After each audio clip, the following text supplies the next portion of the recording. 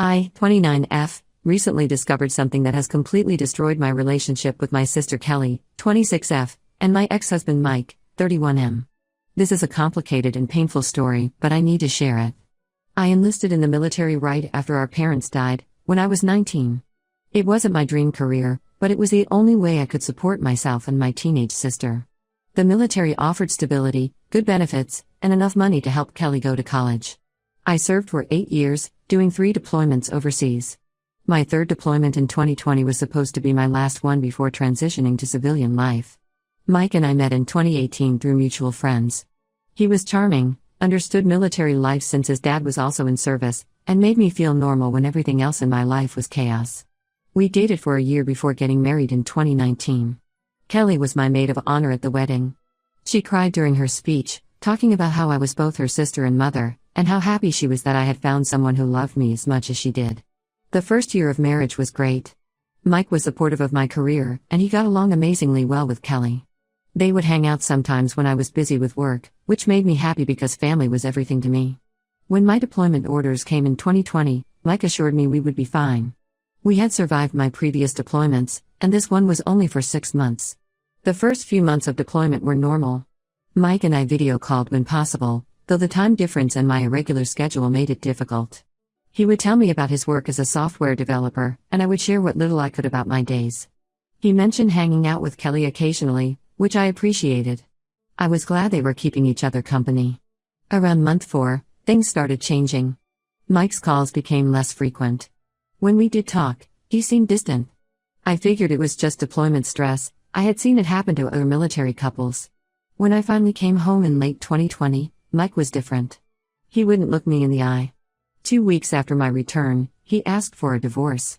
He said he had fallen out of love, that the distance had changed things.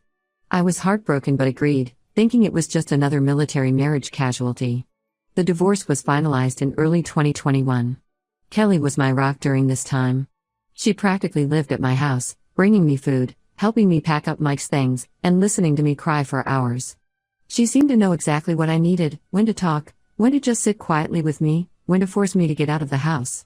She even helped me find and move into a new apartment, saying I needed a fresh start away from the memories. Some background about Kelly: we lost our parents in a car accident when I was 19 and she was 16. As her only living close relative, I became her legal guardian. I had planned to go to college, but instead joined the military to support us both. While I was away for training and deployments, Kelly lived with our Aunt Jane, but I made sure she could attend college using my military benefits. I sent most of my pay home for her expenses. She was more like a daughter to me than a sister. I sacrificed everything to give her a good life, and I never regretted it because I loved her so much. Last week changed everything. I was at my usual coffee shop when I ran into Mike's best friend Tom. We were catching up, and he casually asked how I was handling Kelly and Mike's relationship during my deployment. My heart stopped. I asked him what he meant, and his face went pale as he realized I had no idea what he was talking about. According to Tom, Kelly and Mike started seeing each other just 2 months into my deployment. They weren't even subtle about it. Kelly would stay at our house multiple times a week. They would go on dates around town, hold hands in public, act like a couple. Tom assumed I knew because Kelly was my sister, and he thought we must have discussed it. He looked horrified when he realized he had just exposed their secret. I called Kelly immediately. She tried to deny it at first, but when I mentioned Tom, she broke down. Through tears, she admitted that she and Mike had developed feelings for each other while I was away. She claimed they tried to fight it but couldn't help themselves.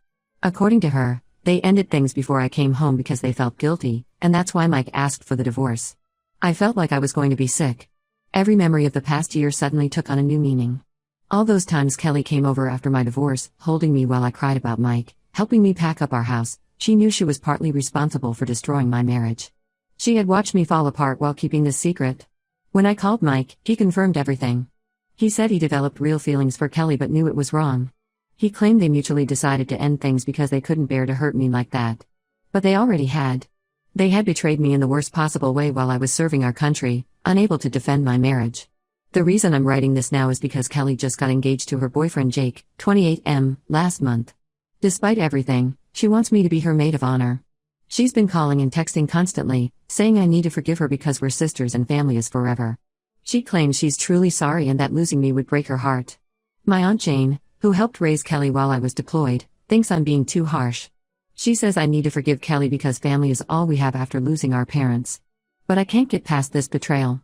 Every time I look at Kelly now, all I can see is her with Mike in our house, sleeping in our bed, betraying me while I was risking my life overseas.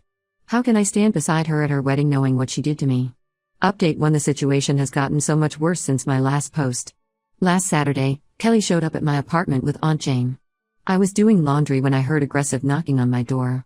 When I opened it, they both pushed their way inside before I could stop them.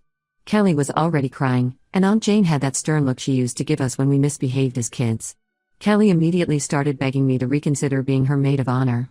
She went on about how she'd already bought my dress, how she'd planned everything around me being there, how her wedding wouldn't be the same without her big sister by her side. The whole time she was talking, she kept trying to hug me or hold my hands, but I kept backing away. Then she played her trump card. She brought up the night our parents died, how I was the one who held her while she cried, how I promised to always be there for her. She talked about how I worked extra shifts at the base to send her money for college, how I skipped my leave to cover her emergency appendix surgery bills.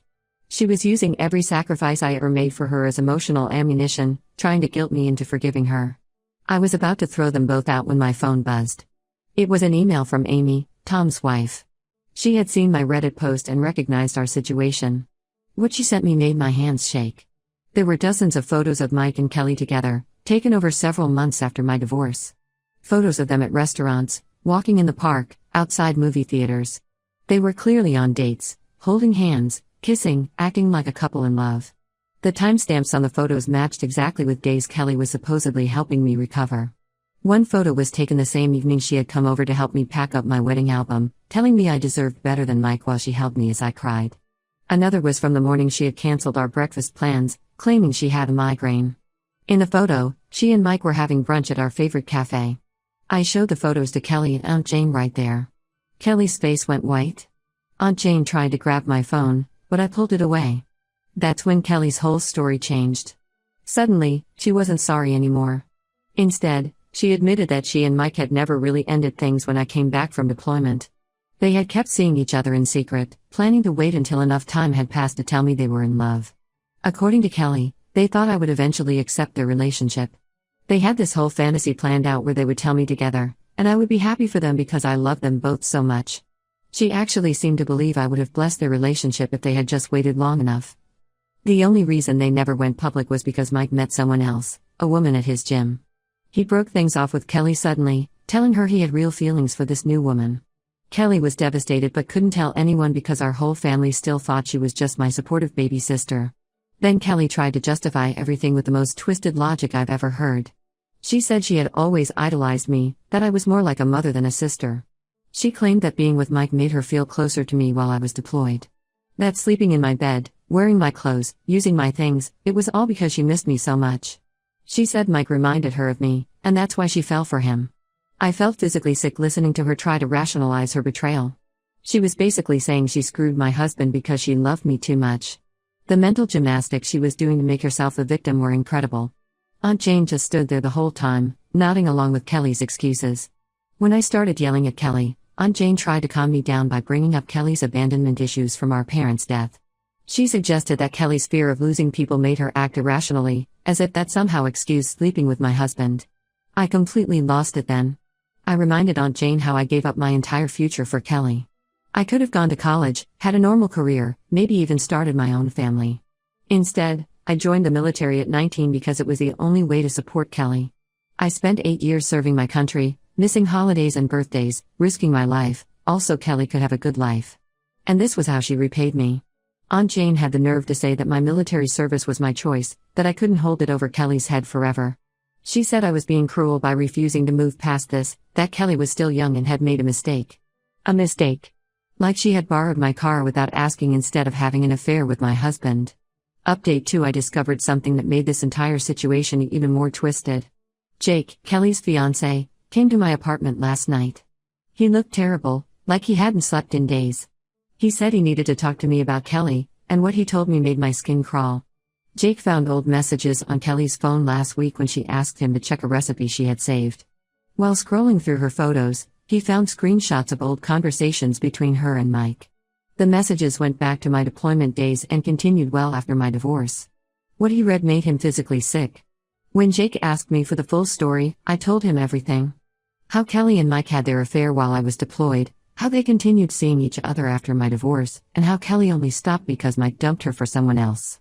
Jake sat there getting paler with each detail because Kelly had told him a completely different version. According to Kelly's story to Jake, Mike had aggressively pursued her during my deployment. She claimed she repeatedly rejected him out of loyalty to me, but he wouldn't stop. She told Jake that Mike had tried to kiss her once, but she pushed him away and threatened to tell me. She made herself sound like the loyal, protective sister who would never betray me. Then Jake revealed something that made my blood boil. Kelly had been meeting Mike again recently, claiming she needed closure before her wedding. Jake had seen them having coffee together at least 4 times in the past 3 weeks.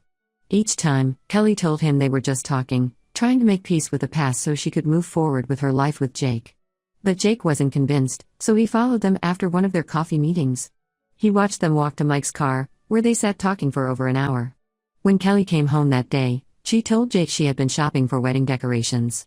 The lie was so casual, so practiced, that it made Jake question everything about their relationship. Jake confronted Mike at his office the next day. Mike apparently felt guilty and admitted everything. Kelly had been trying to rekindle things with him, saying she had never stopped loving him. She told Mike that she was only marrying Jake because she thought Mike would never leave his new girlfriend. Mike showed Jake messages from Kelly where she begged him to give their relationship another chance. Jake called off the engagement immediately. He couldn't marry someone who could lie so easily, who could betray her own sister and then try to paint herself as the victim. He said he was grateful he found out before the wedding, before they had kids or built a life together. Kelly showed up at my apartment a few hours after Jake left, completely hysterical. Her makeup was smeared down her face, and she looked like she had been crying for hours. She started screaming at me the moment I opened the door, saying I had no right to tell Jake about her past.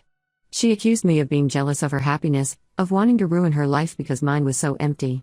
I finally snapped. After months of holding back, of trying to be the bigger person, I let her have it.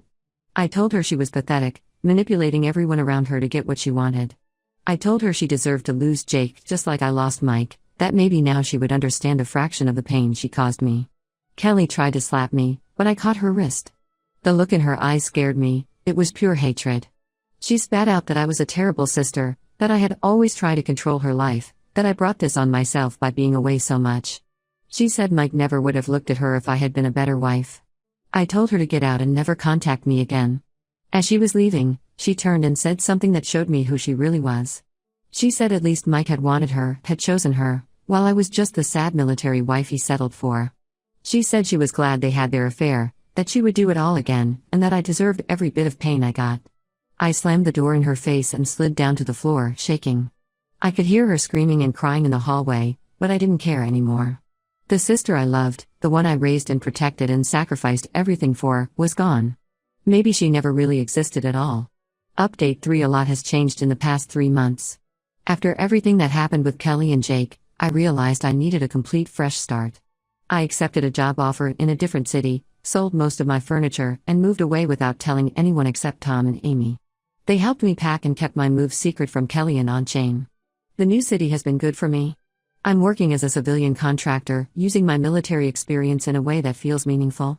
I've made a few friends at work, and for the first time in years, I feel like I can breathe without the weight of family drama crushing me. Tom and Amy are the only people from my old life that I still talk to. Tom feels guilty about exposing everything, but I've told him repeatedly that he did me a favor. Finding out the truth, as painful as it was, finally freed me from Kelly's manipulation. Amy has become a close friend, and we video chat every week. Through Tom, I heard that Kelly tried to win Jake back. She showed up at his workplace multiple times until security had to escort her out. She even tried to contact his parents to plead her case, but they blocked her number. Jake ended up taking a job in another state just to get away from her. On-chain still tries to reach me through different numbers, leaving voicemails about how families should stick together. She mentions that Kelly is struggling, that she's in a dark place, that she needs her big sister. I delete the messages without listening to them fully. I raised Kelly, protected her, sacrificed everything for her, and she repaid me by destroying my marriage and then trying to blame me for her choices. Last week, Kelly somehow found out where I moved. She turned up at my old apartment building looking for me. When she couldn't find me, she left a letter with my former neighbor, Mrs. Chen. Mrs. Chen, who had seen the whole drama unfold, waited a few days before forwarding it to me. The letter is sitting on my kitchen counter now, unopened. Part of me wants to read it, To know what Kelly could possibly say to justify everything she did.